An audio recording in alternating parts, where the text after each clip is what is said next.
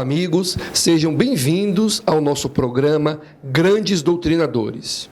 Hoje contamos com a presença do professor Marcelo Batista, um advogado e professor universitário com grande experiência na área de família. E eu gostaria de, primeiro, dar as boas-vindas, professor Marcelo. Obrigado. E eu gostaria já de iniciar, professor Marcelo, algumas perguntas sobre um tema muito discutido na sociedade hoje, que é a diferença entre união estável e namoro qualificado. Professor Marcelo, o que é uma união estável? Professor Wellington, primeiramente é uma honra estar aqui, gravando esse programa, e o tema realmente é um tema de grande relevância, tendo em vista que hoje, até mesmo nos tribunais, existe uma grande discussão, sobre essa diferença. E começando sobre a união estável, A união estável ela é uma união pública, contínua, duradoura, com o intuito de constituir família. Então, a própria lei veio reconhecer os direitos das pessoas que vivem em união estável, que são chamados de conviventes. Antigamente, não se tinha esse reconhecimento. Foi só na Constituição de 88 que nós tivemos a primeira legislação que realmente tratasse sobre o tema.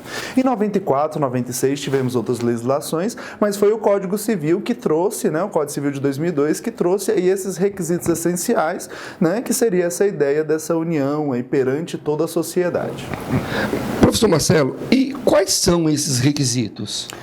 Os requisitos são exatamente esses, que perante a sociedade essas pessoas sejam conhecidos como se casados fossem, que seja uma união duradoura, que se tenha aí um tempo mínimo, que tenha também uma continuidade, ou seja, que ela não seja aquela situação de começa hoje, termina amanhã, etc. E por fim, que tenha-se o affecto maritalis, ou seja, aquela ideia de se constituir família, aquela ideia que essas pessoas já estejam ali necessariamente vivendo como uma família. E, professor Marcelo, existe um tempo determinado, ou pela lei, ou pela jurisprudência, ou por doutrina, que venha caracterizar essa união estável? A bem da verdade, a nossa primeira legislação que tratou sobre o tema, em 94, falava-se de 5 anos. Posteriormente, tivemos uma segunda legislação em 96 que falou em 2 anos. Mas hoje o entendimento pacífico dos tribunais é que não existe prazo. Tem certas situações que pode-se ter 5, 10, 15 anos e não serem união estável, como outras situações que pode ser 2, 3 meses e se caracterizar. Então hoje nós não temos necessariamente um prazo mínimo para ter a constituição de uma união estável. E, professor Marcelo, o casal ele deve estar morando na mesma residência para se configurar uma união estável? Ótima pergunta também. O que acontece? Nós já temos precedentes de casais que não coabitam e que houve sim um reconhecimento da união estável. É claro que na prática, um casal que mora junto, acaba demonstrando de forma muito mais fácil para a sociedade a existência de união estável. Mas vamos supor um casal que um deles está prestando serviço em outra cidade, vamos pegar um artista que viaja bastante, tudo mais. Então nós já temos precedentes que a coabitação não é requisito elementar para a caracterização dessa união estável. Uma questão também, se o casal tiver um filho ou 2 filhos, isso já caracteriza a união estável? Na verdade, não necessariamente que isso caracteriza. Às vezes você pode ter um casal de namorados que perante a sociedade eles são namorados e mesmo assim houve a concepção de 1, 2 filhos, É claro que quando o juiz vai analisar um caso concreto, ele vai analisar o contexto global, o contexto de toda a situação. O fato de ter filho ou não é apenas uma prova, talvez, de quem está buscando aquele reconhecimento, mas eu não posso afirmar que é um requisito essencial. E a lei, jurisprudência ou doutrina trata de forma diferente a união estável entre homoafetivos e héteros? Então, professor Wellington, a bem da verdade, o que acontece? A legislação sempre falou da união estável entre homem e mulher. Desde a Constituição de 88, passando por todas as legislações, até mesmo o Código Civil falou da união estável entre homem e mulher. O que aconteceu foi que nós tivemos um primeiro precedente em 2010 do reconhecimento de uma união estável homoafetiva. A partir de então, todos os cartórios vêm realizando escrituras públicas de união estável homoafetiva homoafetiva, bem como casamentos também.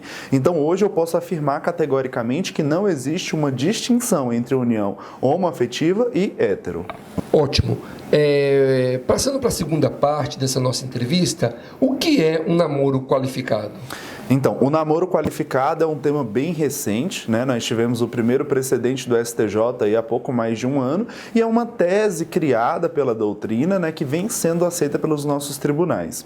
Basicamente, o namoro qualificado, ele é muito parecido com uma união estável. Agora, qual que é a principal diferença? É que no namoro qualificado, nós não temos essa ideia de família. Nós podemos ter até uma união pública contínua, mas essas pessoas, elas não vivem enquanto uma família. Muitas vezes no namoro qualificado as pessoas têm o plano de no futuro formar uma família, que é muito parecido com o namoro mesmo. O namoro, às vezes as pessoas podem coabitar, podem ter um relacionamento, mas querem formar uma família no futuro. Já na união estável, não. Na união estável, essas pessoas vivem necessariamente ali como uma família. Então, basicamente é o que nós chamamos no direito de affecto maritalis, né? A ideia realmente de se viver como família, o afeto familiar ali.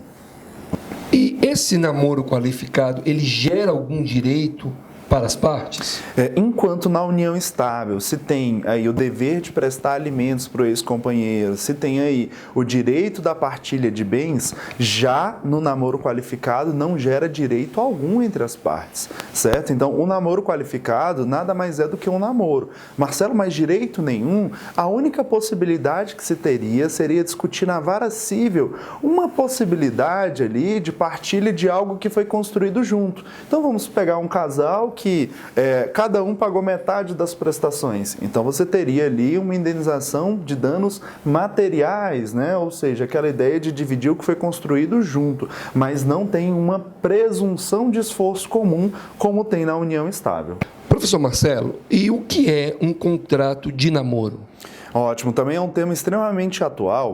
O contrato de namoro nada mais é do que uma escritura pública feita em cartório entre duas pessoas com o intuito de declararem ali publicamente que eles só têm o interesse em namorar, ou seja, que eles não têm interesse em viver em união estável, que aquela união deles nada mais é do que um namoro. Então, certamente, se uma das partes ingressar na justiça alegando que houve ali uma união estável, fica uma prova muito mais complicada, tendo em vista que eles já fizeram em cartório essa escritura pública, né, falando que apenas viviam como namorados. Então, ela tem sido cada vez mais aceita aí pela doutrina, pela jurisprudência, e ela simplesmente é um documento feito no cartório de notas com essa declaração de vontade das pessoas. Ok, professor Marcelo, gostaria de te agradecer imensamente a sua participação aqui no programa Grandes Doutrinadores. Eu acho que foi muito esclarecedor e com absoluta certeza nós vamos ter outros grandes doutrinadores aqui tratando dos mais diversos temas do direito. Para você, um grande abraço e até o nosso próximo encontro aqui no canal Grandes Doutrinadores.